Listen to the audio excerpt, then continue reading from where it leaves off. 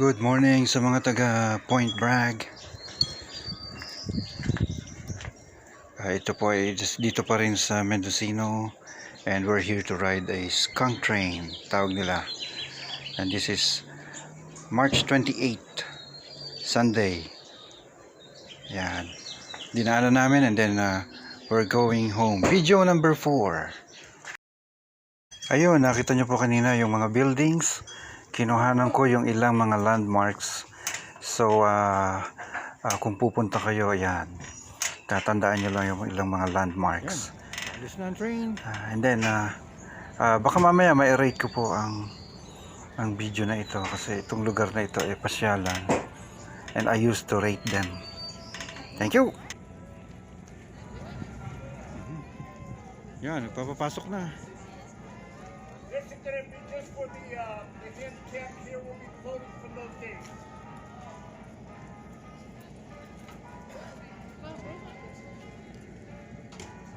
California Western.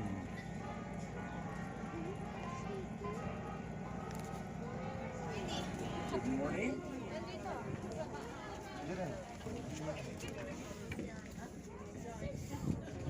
Okay. There's yours. Oh, okay. There's for you too. Thank you, thank you. Oh, you're welcome. Good morning. Thank you everyone for your patience. Welcome aboard. Ayan po, so Point Bragg is about 33 miles from the campsite that we've been. About 30 minutes by car. Magbibideo ako eh. So sinadya po namin itong lugar na to dahil isa po ito sa attraction dito sa dito pa rin sa Mendocino. Ayan, under na ang train. Bye bye.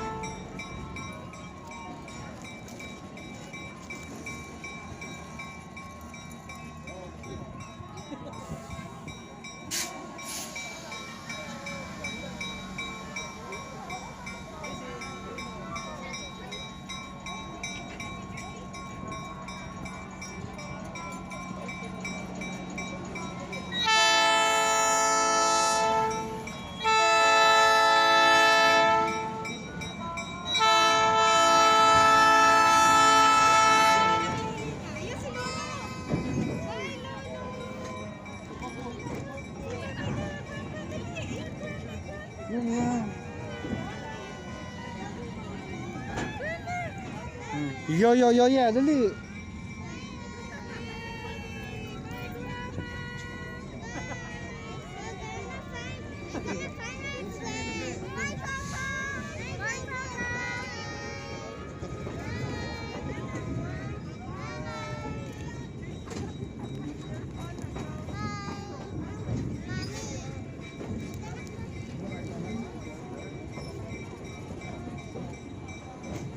Ano yun? Na-under ang train, walang pilot?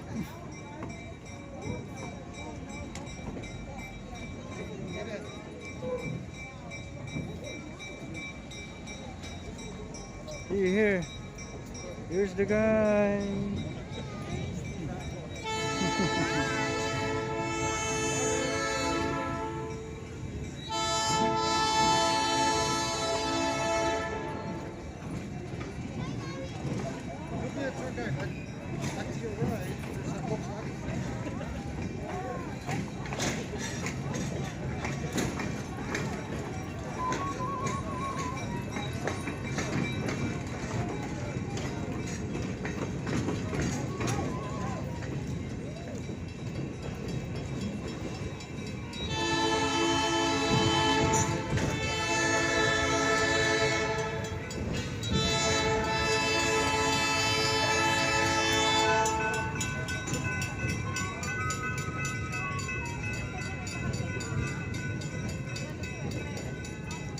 Baka mabitawan mo yung cellphone.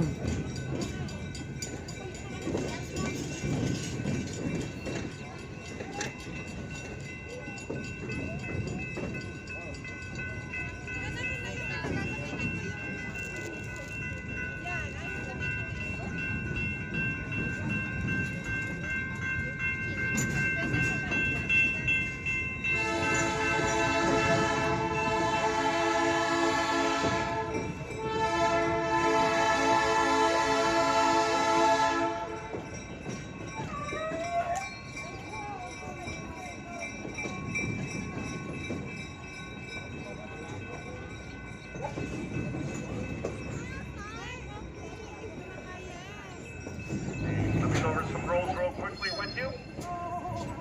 We ask for no running, no smoking or vaping, please, and going from car to car. If you could step from yellow to yellow.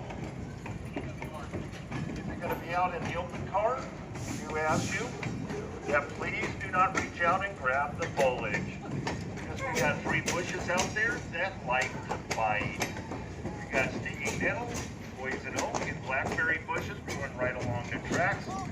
And I guarantee if you reach out to grab them, they're going to bite. If you're in one of the coaches and your window is open, we do ask you don't stick anything out the window you love.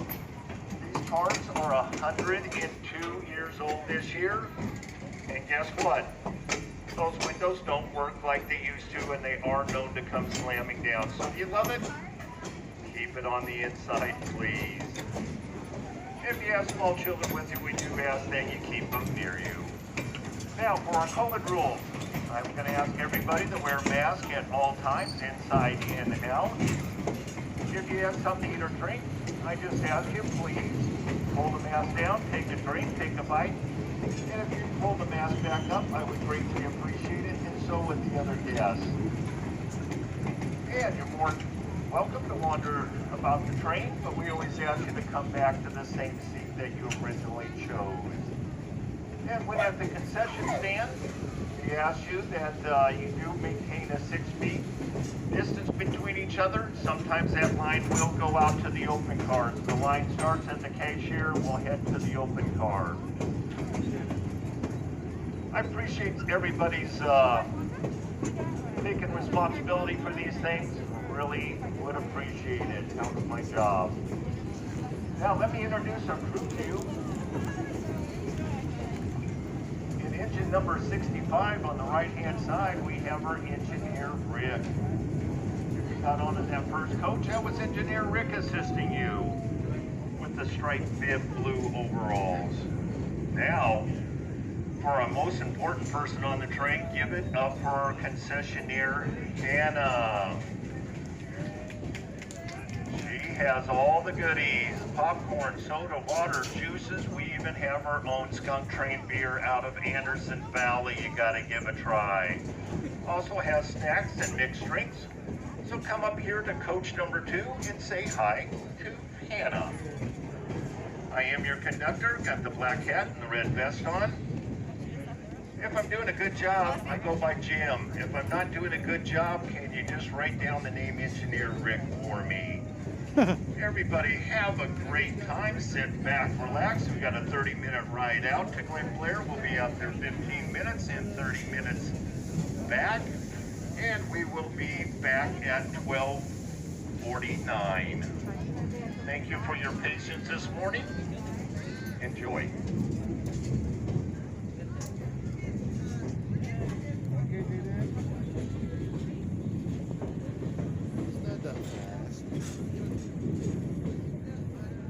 Eh, bongbong naman yan eh.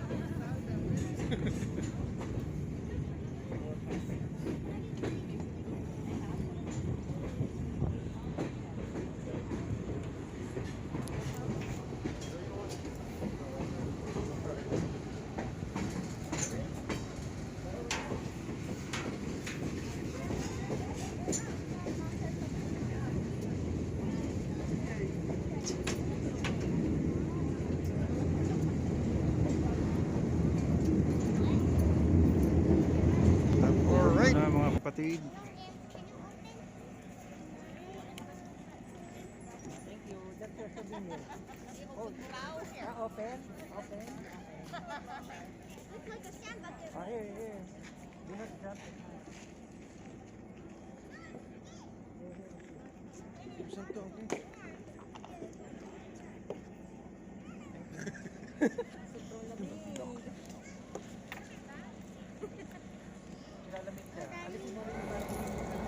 Ayan. So habang nag-i-stop over po ang train, ang mga pasahero na mamasyal sa Glen Blair Junction. Ayan, naglagay ng tent and then ayan ang train. 65 California Western.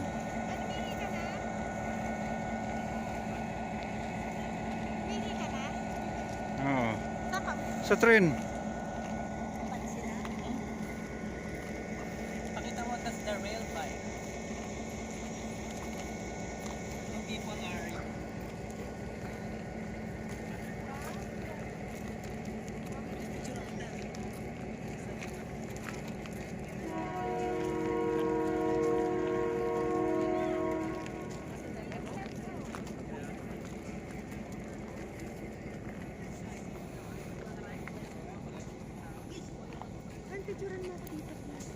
Ayan, okay, ganda.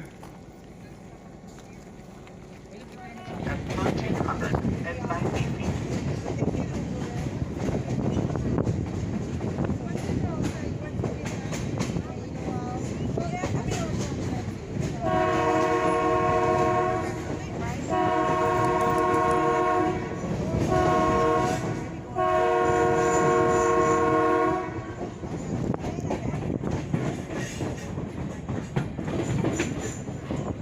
Ayan, mga 20 minutes papunta and then stop over.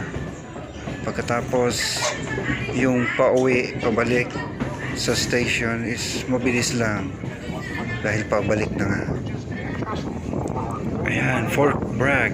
Ang rating po natin dito ay ilalagay ko na lang po sa description. Dito po sa sinakyan nating Skunk Train at saka dito sa Fort Bragg. Number 4 or part 4 video. Maraming salamat.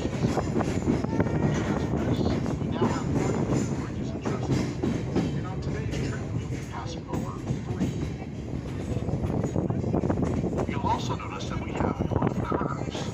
In fact, between Fort Bragg and Willits, we have 381 curves. That is 381 curves, 40 miles of track. Our longest section of straight track is a little less than 1 mile in length.